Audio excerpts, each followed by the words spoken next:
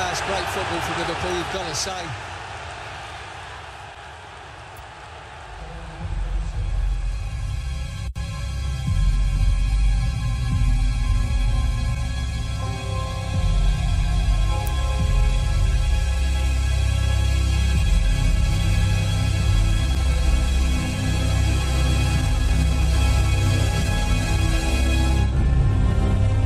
This city, everybody thinks it's a multiracial city. What they mean is when they walk around the streets of Liverpool, they see people of different nationalities. I'm going to tell you what happened to my ancestors. Liverpool was built on the slave trade.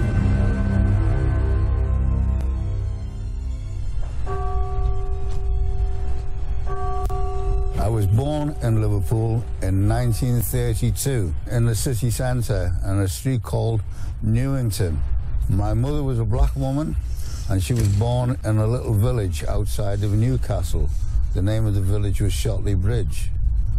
Her father arrived in this country sometime in the 1800s by himself without any family members whatsoever. I told you my grandfather came from Barbados, my mother's father and my own father came from Barbados.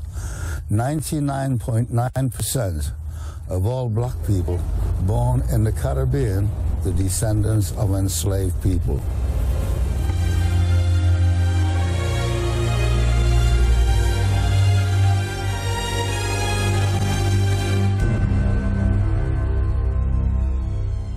Put in simple terms, why was there slavery? Well, the reason slavery took off on this industrial scale was that people needed certain luxury goods. The money that it brings to the city and the city itself, there is no doubt about it. If it hadn't been for the slave trade, Liverpool would never be the city that it is today.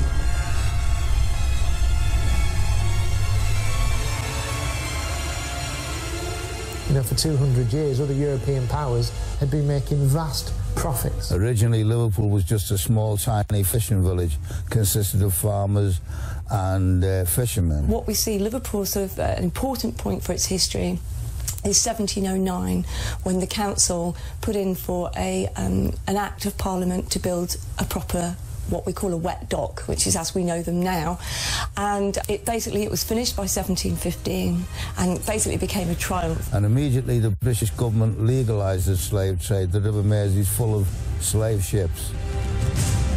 So the wealth of this city is backed on the slave trade.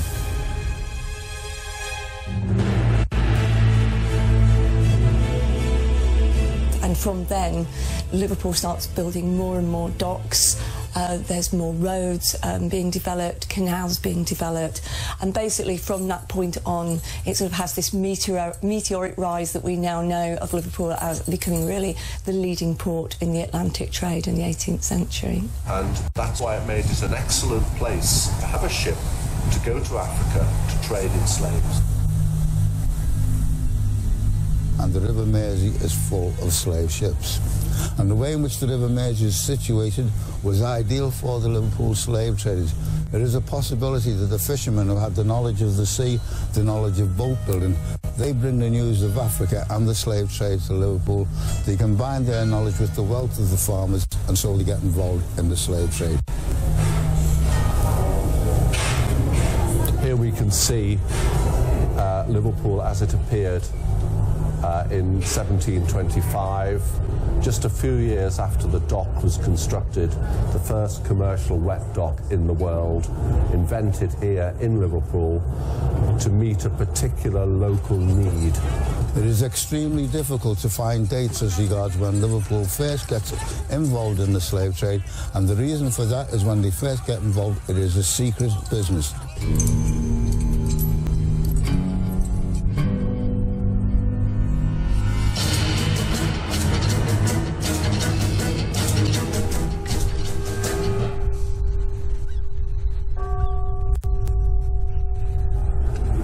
The poison of slavery started centuries, thousands of years ago, possibly, But it was really the demands of the Europeans that made the slave trade grow to an enormous extent. Well, it's a number of things, really. You would have had Europeans finding the Americas, so there was land there that could be cultivated and profit to be made. And also, obviously, there was already trade with parts of Africa, but there was an opportunity to take people to the Americas, so it was realised that they needed other people to do it. And the obvious choice was Africans, because they were used to the heat.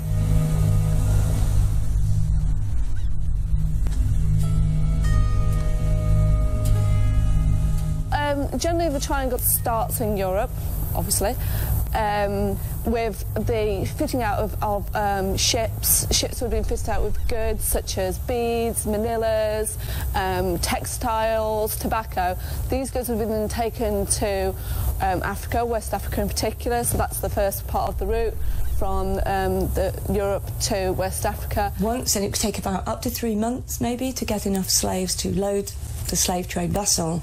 That vessel would then go across the famous Middle Passage and go perhaps to Jamaica, or certainly before 1750 also very involved in the slave trade to the continental colonies as well. Once there, they would of course sell those slaves on. With the final part of the route being the things that were produced in the Americas, such as cotton and sugar, being transported back to Europe and then sold. So this triangular trade isn't quite so simple. So those ships might go back across the Atlantic to Liverpool in time to tie up with the next season of slave trading.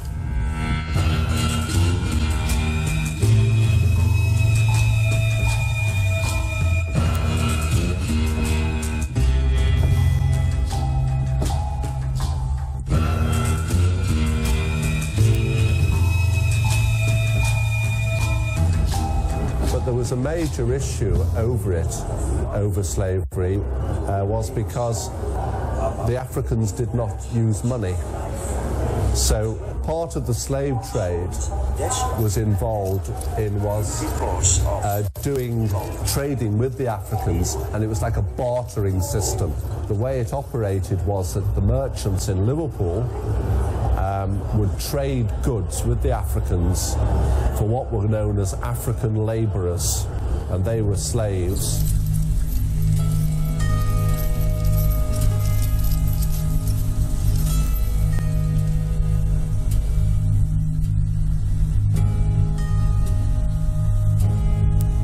In 1944, Eric Williams brought out a very famous book called Capitalism and Slavery, which is still sort of bedrock book for discussing all these questions.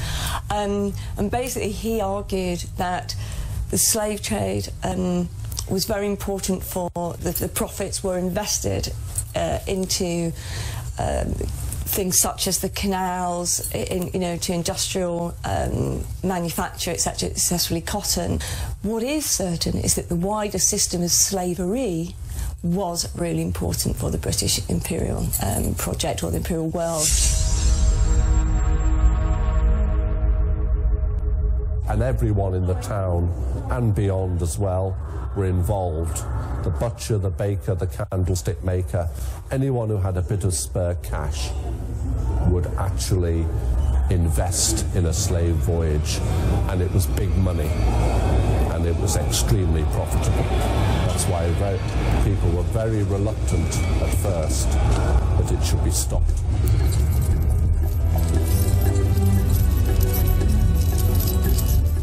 It is beyond our imagination, really.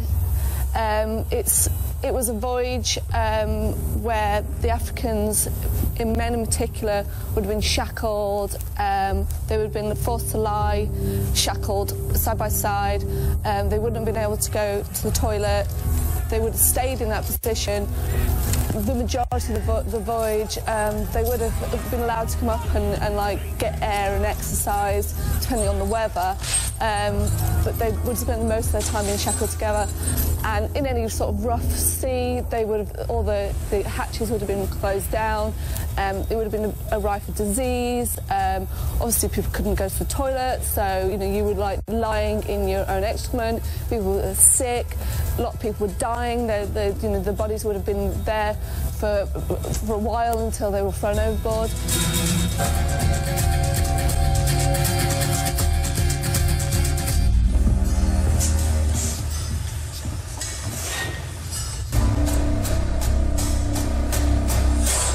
Women had more freedom, but they were more likely to be exposed to being assaulted, being raped by the sailors. So the whole experience, and it went on for weeks, it went on up to 8 weeks and longer. If something went wrong with the voyage, there was less food, and it went on for longer than planned. It's an absolutely horrific thing. I don't think we can really describe it, and it's very hard to imagine. My mother often told me, son, your grandparents both were slaves.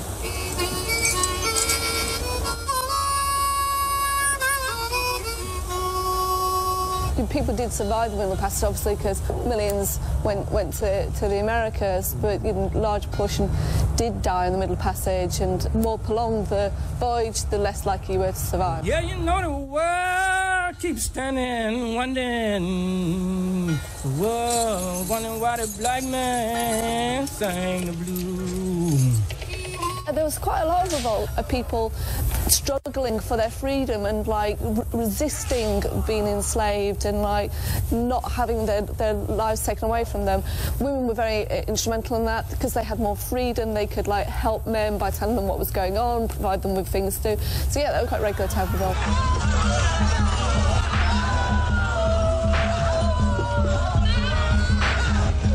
They were usually suppressed, and unfortunately they weren't that successful. And even if they could take over a ship like in this, the Amistad, they didn't know which way was home, and it wasn't very successful at people actually being able to turn the ship around and head back to Africa.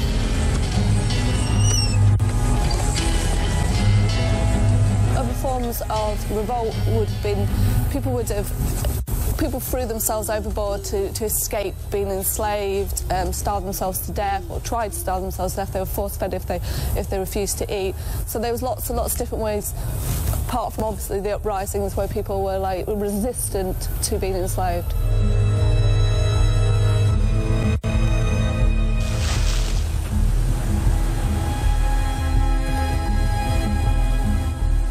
Families that had managed to stay together up to that point were potentially separated and sold into slavery, and they would go and work on plantations. Also up on deck, hosed down with saltwater hose pipe under the whip and the lash, frog march naked through the streets till they get them into the stockades. Once they get them into the stockades, their bodies are rubbed with oil of Christie to make their skin shine. Any open sores or wounds are covered with tar to disguise them. Weeks later, they're fast enough to be taken to the marketplace to be sold as cattle. Your name is taken away from you or given a new name, all your identities. They had to become Christians, and they also had Christian names, and they were named after their new masters. So their African identity had to be totally forgotten. In a process where they try and break your will so that you accept your lot, that you accept that this is what your life is, and that you do as your master tells you. And if you don't do as your master tells you, you're punished.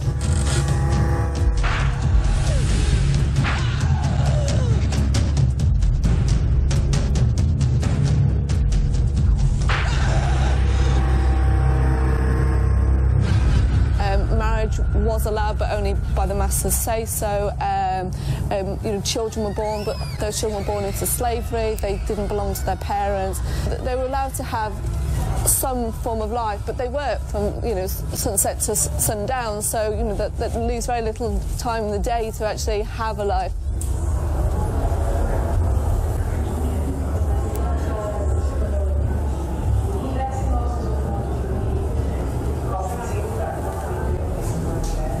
This model shows a typical plantation that these slaves would have worked in.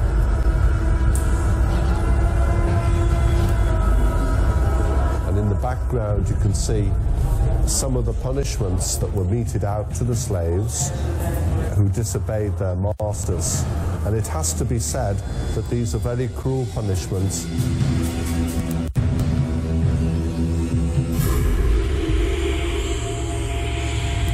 When they walk around the city, very few people stop and look around them. And then when they do stop and they look at these beautiful buildings, they always ask the wrong question. The question they always ask is, when were they built? And that's the wrong question to ask.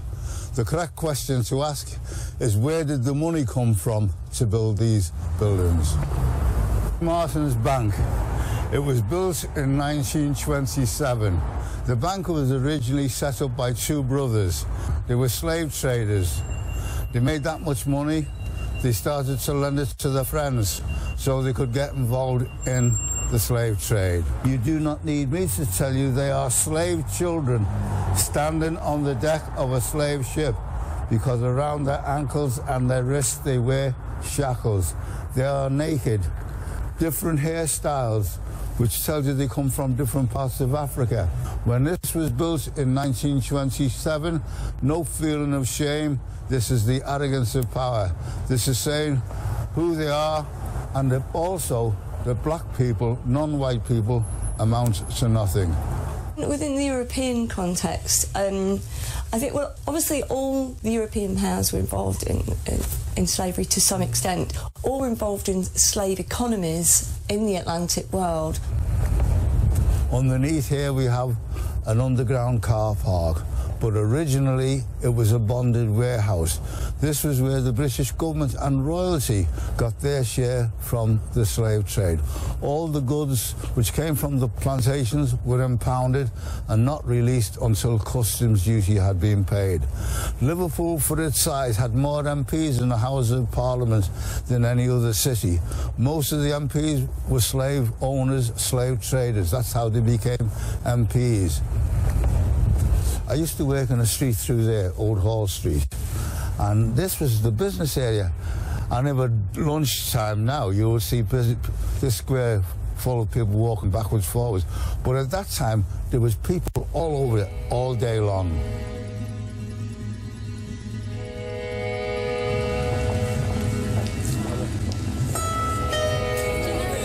Many people, both black and white, ask me the question, how can black people sell other black people as slaves?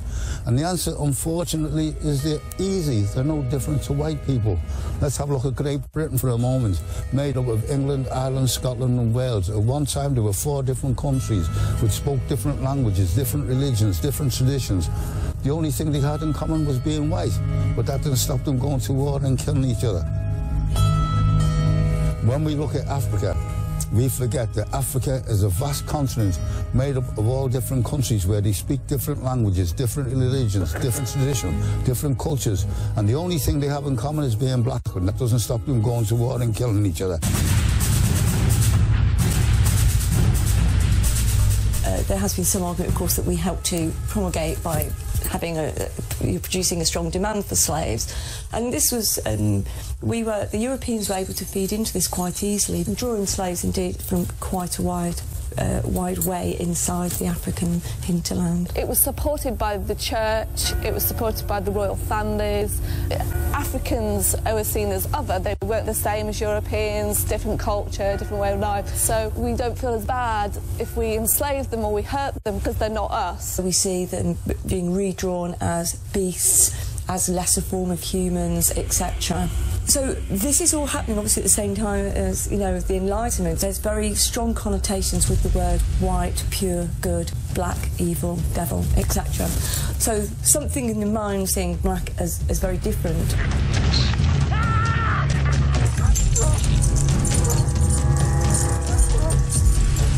Believe it or not, the slave traders actually had a morality argument. Believe it or not, and this was to do with a variety of things. Firstly, he said, well, actually, our conditions on the ships are much nicer than those of the French, our main competitors. Then we also see that in terms of morality, bringing in some of these arguments that we've talked about before, such as, well, some of these slaves are criminals, they've been sold into slavery for debt, etc. And especially the King of Dahomey, he had them as a poll tax, and the ones he didn't need, he just killed them anyway. So basically, not only are they already in a form of slavery, they might die, they were very bad, and basically we were giving them a better option by shipping them off to the Caribbean you know, and basically giving them a better life. But they tell the British Parliament, you know, it's part of the Christianising, civilising mission.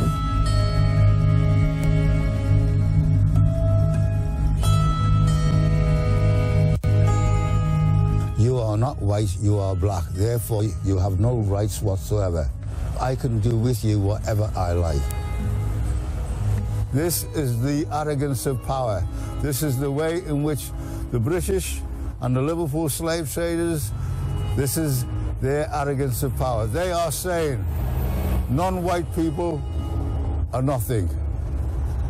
This is what the country and the city of Liverpool is made of.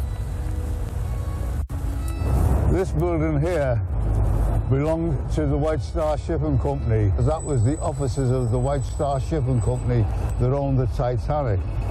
Like most of the shipping companies in Liverpool, if you trace their history far enough back, you'll find they were involved in the slave trade. That's how they become shipping companies.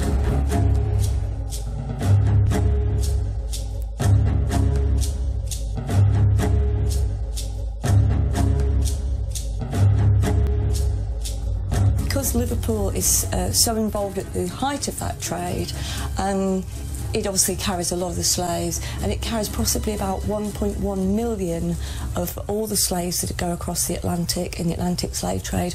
And of course, because Liverpool is so involved at the height, it ends up taking quite a big chunk of those slaves across. You've got to understand that villages in the heart of Africa were raided for slaves. When them villages were taken out of the heart of Africa, nobody counted the dead and the dying that were left behind. The babies, the elderly, the men and women who were warriors of force. Nobody counts the dead and the dying in the dungeons all along the west coast. Nobody counts the dead and the dying of the ships that went down, slaves, seamen, all hands.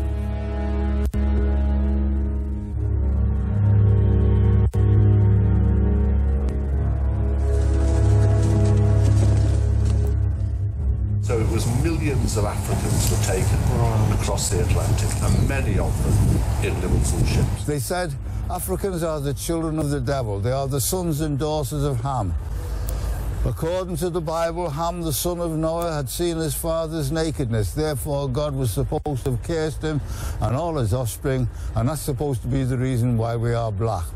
Therefore, by taking these black creatures and treating them harshly, we are doing nothing wrong. We are doing God's work.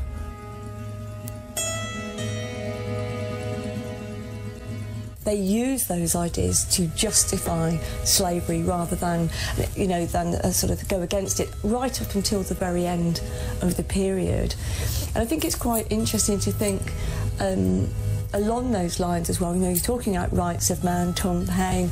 I think it's also interesting to think of, you know, as late as 1776, you've got the Declaration of Independence, you know, etc. And of course, that sort of, you know, all men are equal. Well, that is definitely men, not female. And also, even in, you know, the now leader of the free world, that really meant white free men and Christian white free men. The Dutch Reformed Church of South Africa used the same part of the Bible to justify apartheid. The Ku Klux Klan, a white Protestant organisation, uses the same part of the Bible to justify white supremacy. A lot of the other forms of slavery are based on ethnicity, on gender perhaps, on just, you know, bad luck, bondage, debt, etc. This is the first one that was justified eventually by race. Eric Williams famously said that, you know, slavery was not born of racism, racism was born of slavery, because it starts off and then, of course, it becomes such an important part of the Atlantic economy for all the European powers that basically we have to justify the other. There's no such thing as race. There's only one race, the human race. Race was devised by white scientists to prove how superior they were to non-white people. Nobody is an alien. The earth belongs to every one of us. Nobody came from outer space. We are of different nationalities, but unfortunately, the way in which things are going in this country, nobody speaks about nationality anymore. It's all about what race you are.